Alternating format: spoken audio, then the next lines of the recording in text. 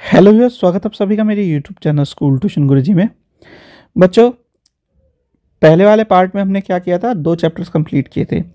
अब इस वाले पार्ट में हम बाकी बचे हुए चैप्टर्स को कंप्लीट करने की कोशिश करेंगे।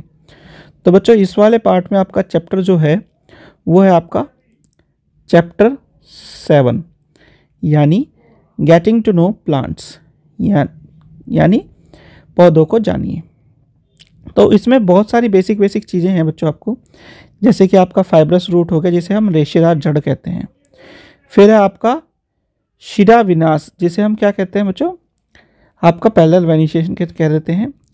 फिर है आपका ट्रांसपीरेशन जिसे हम वाष्पोर्जन कहते हैं बच्चों। तो ये सब बेसिक चीज़ें हैं जो आपको समझनी है इसमें जो दी गई हैं। अब बात करते हैं बच्चों समरी की या सारांश की।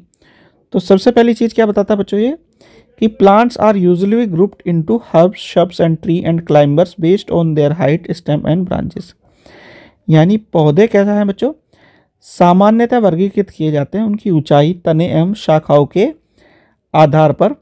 किसमें, शाख, झाड़ी एवं वृक्ष में इनका क्या करते हैं, इनका डिवीजन किया जाता है बच्चों।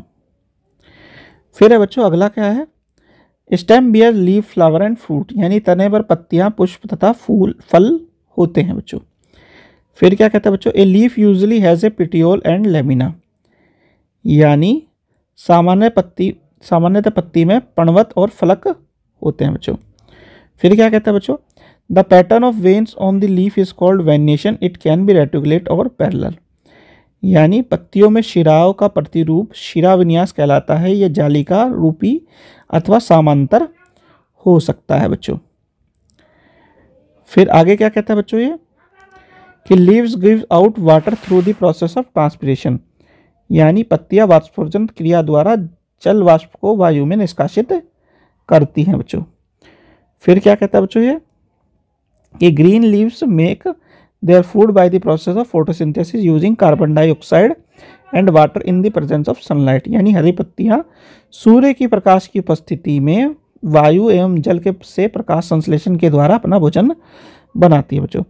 फिर क्या कहता है बच्चों ये कि जड़ें जो होती हैं जल एवं खनिज यानी वाटर्स एंड मिनरल्स को सोयल से ऊपर तक लाने का काम करती हैं और पौधे को मिट्टी में दृढ़ता से जमाए रखती हैं। फिर क्या कहता है बच्चों, जड़ें मुख्यतः 2 प्रकार की होती हैं, कैसी, टेप रूट और फाइब्रस रूट, यानी मूसला जड़ और रेशेदार जड़। फिर क्या कहता है बच्चों ये कि जो प्लांट लीव्स होती हैं रेटिकुलेट वेनेशन वाली, उसमें टैप रूट होती हैं, और जिनमें पैरेलल वेनेशन होती है उसमें फाइब्रस रूट होती हैं, यानी कि शिरा विन्यास से युक्त जो पत्तियां होती हैं उनके पौधे जड़ें मूसला जड़ वाले होते हैं, जबकि समांतर शिरा विन्यास वाली में कौन से होते हैं, रेशेदार जड़ें मिलती हैं बच्चों।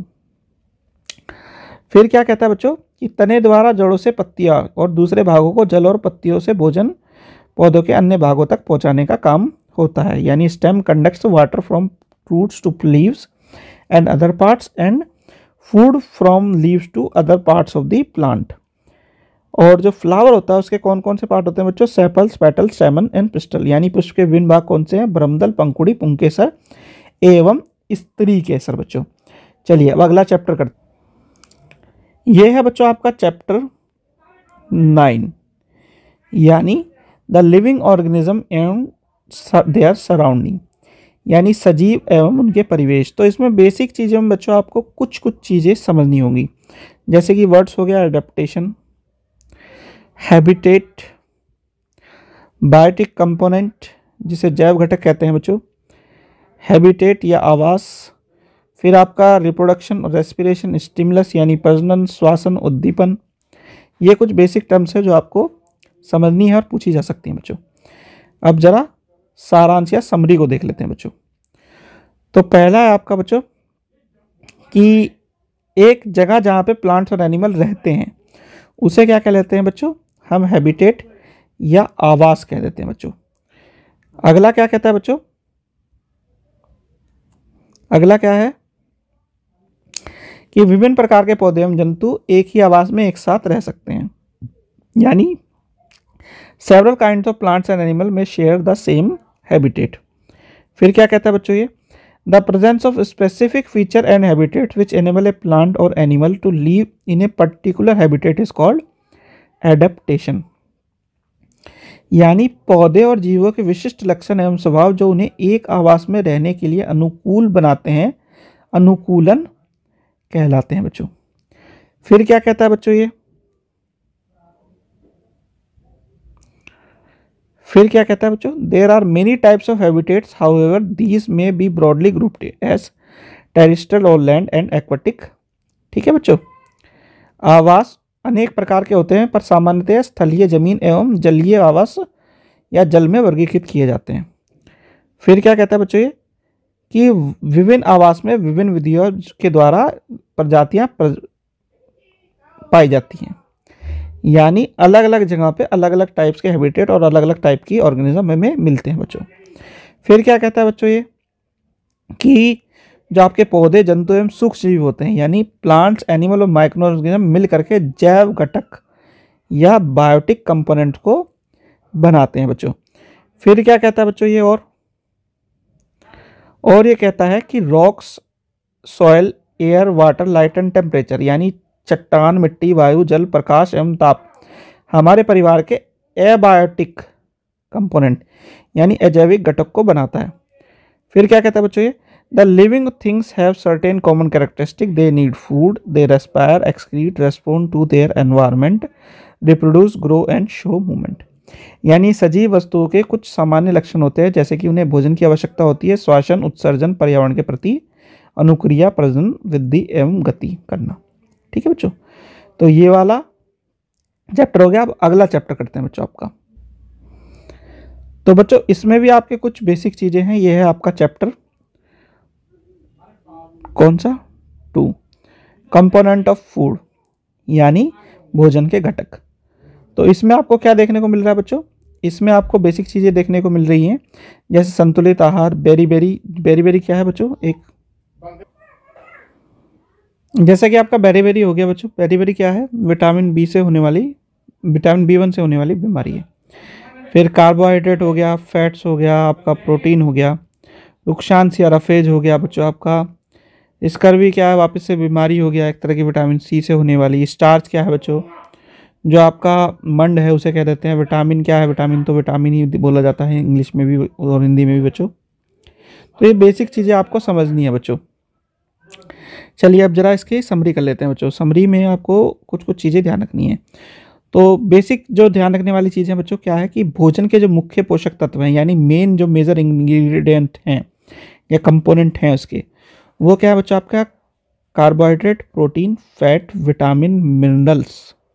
ठीक है, यानी कार्बोहाइड्रेट, प्रोटीन, वसा, विटामिन तथा खनिज लवण। इसके अतिरिक्त क्या मिलता है आपको बच्चों, आहारीय रेशे और पानी, यानी आपका डाइटरी फाइबर्स और वाटर आपको देखने को मिलता है बच्चों।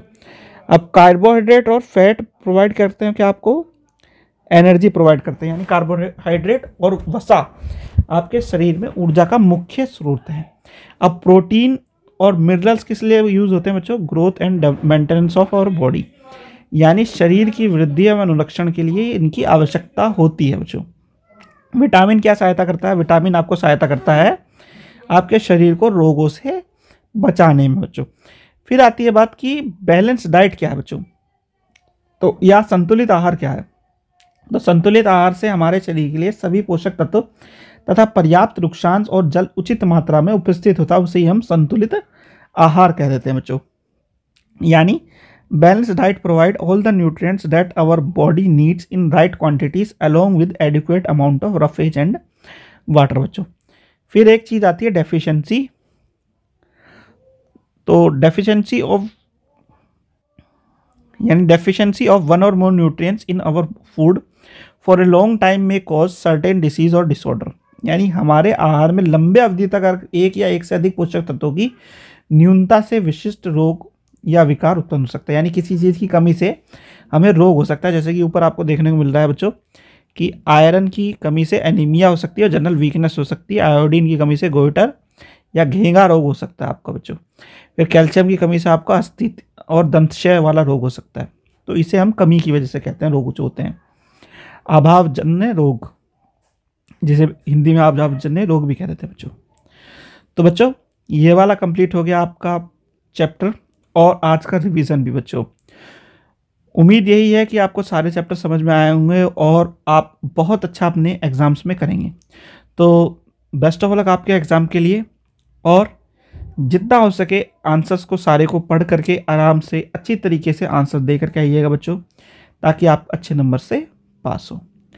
तो बच्चों वीडियो को शेयर करें, चैनल को सब्सक्राइब करें, वीडियो को लाइक करें, शेयर करें। Thank you.